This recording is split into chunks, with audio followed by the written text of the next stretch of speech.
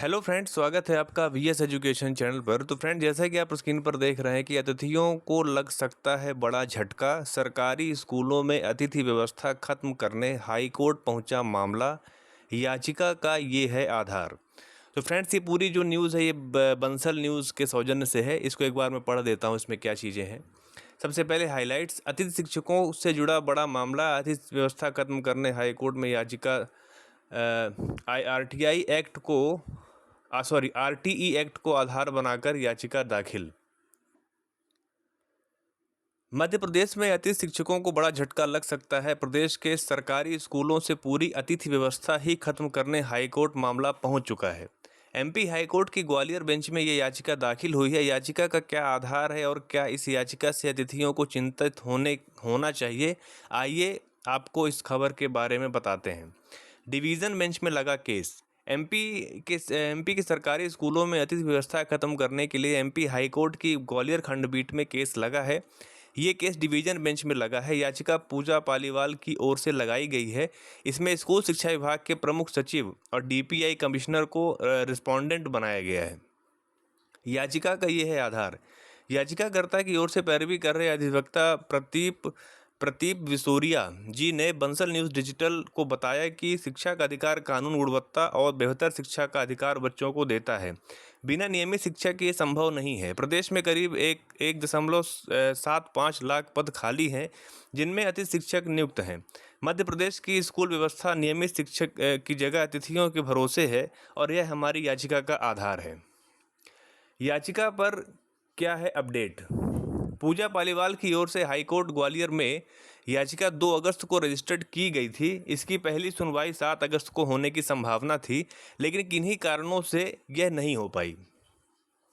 सुनवाई की तारीख अभी तय नहीं है। पहली सुनवाई के बाद हाईकोर्ट की बेंच डिसाइड करेगी कि इस याचिका पर आगे क्या करना है। क्या अतिथियों को चिंतित होना चाहिए?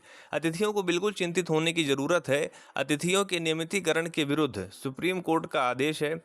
स्कूलों में अतिथि शिक्षकों के पढ़ाने को लेकर यूपी हाईकोर्ट भी सवाल खड़े कर चुका है। आरटीई एक्ट भी अतिथि व्यवस्था को सपोर्ट नहीं करता। ऐसे में याचिका को लेकर अतिथियों का चिंतित होना लाजमी है।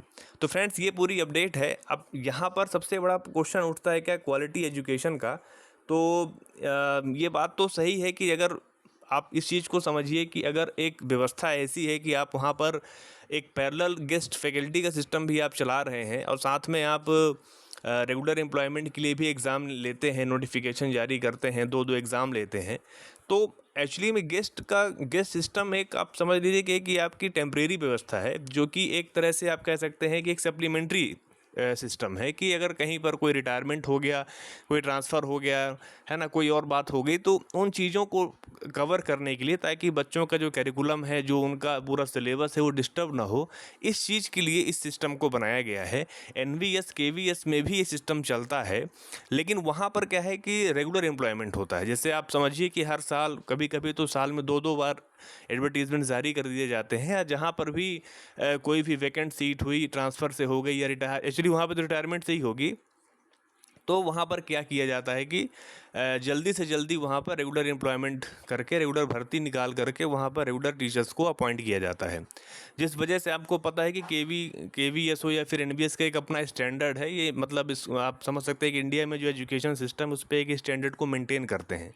अब यहीं पर रही बात, अगर एमपी गवर्नमेंट की हम लोग बात करें, जो यहाँ का एजुकेशन सिस्टम चलता है, तो यहाँ पर क्या है कि गेस्ट सिस्टम को एक तरह से देखा जाए तो एक उस पे आश्रित होता हुआ देखा जा रहा है। आज की जो शिक्षा व्यवस्था है उस पे आश्रित, उस पे डिपेंडेंट हो रही है।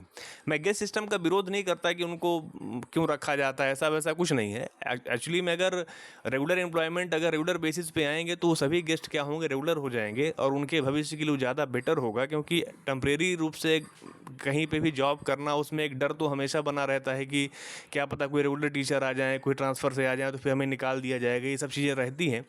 लेकिन ये ज़रूर है कि इस सिस्टम पे अगर सवाल, मतलब अगर यहाँ पर ये कोर्ट में याचिका लगी है तो इस पे अब देखना होगा कि आगे चल के इसमें माननीय हाई कोर्ट क्या डिसीजन देते हैं।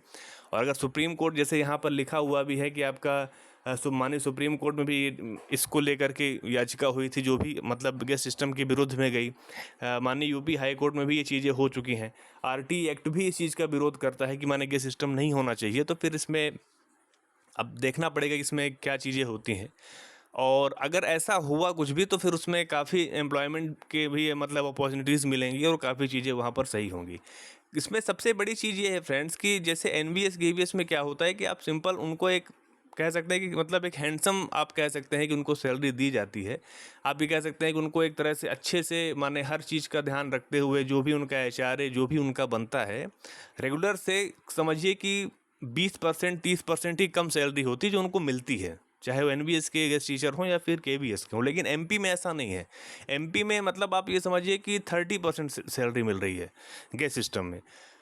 तो अब फिर वो भी सही नहीं, क्योंकि आज के मतलब महंगाई में देखा जाए तो इतनी सैलरी में भी काम नहीं चलता, लेकिन हो गया ऐसा चल रहा है सिस्टम। तो अब देखिए इस याचिका में क्या चीज़ें होती हैं। तो फिलहाल यही अपडेट है। इस केस में जो भी अपडेट्स होगी इस चैनल के माध्यम से आप सभी को बता दिया जाएगा। और अगर आपको मेरा वीडियो अच्छा लगा हो तो आप उसे लाइक कीजिए, अपने फ्रेंड सर्कल में शेयर कीजिए। अगर चैनल पर पहली बार आ रहे हैं तो चैनल को सब्सक्राइब कर लीजिए। Thank you.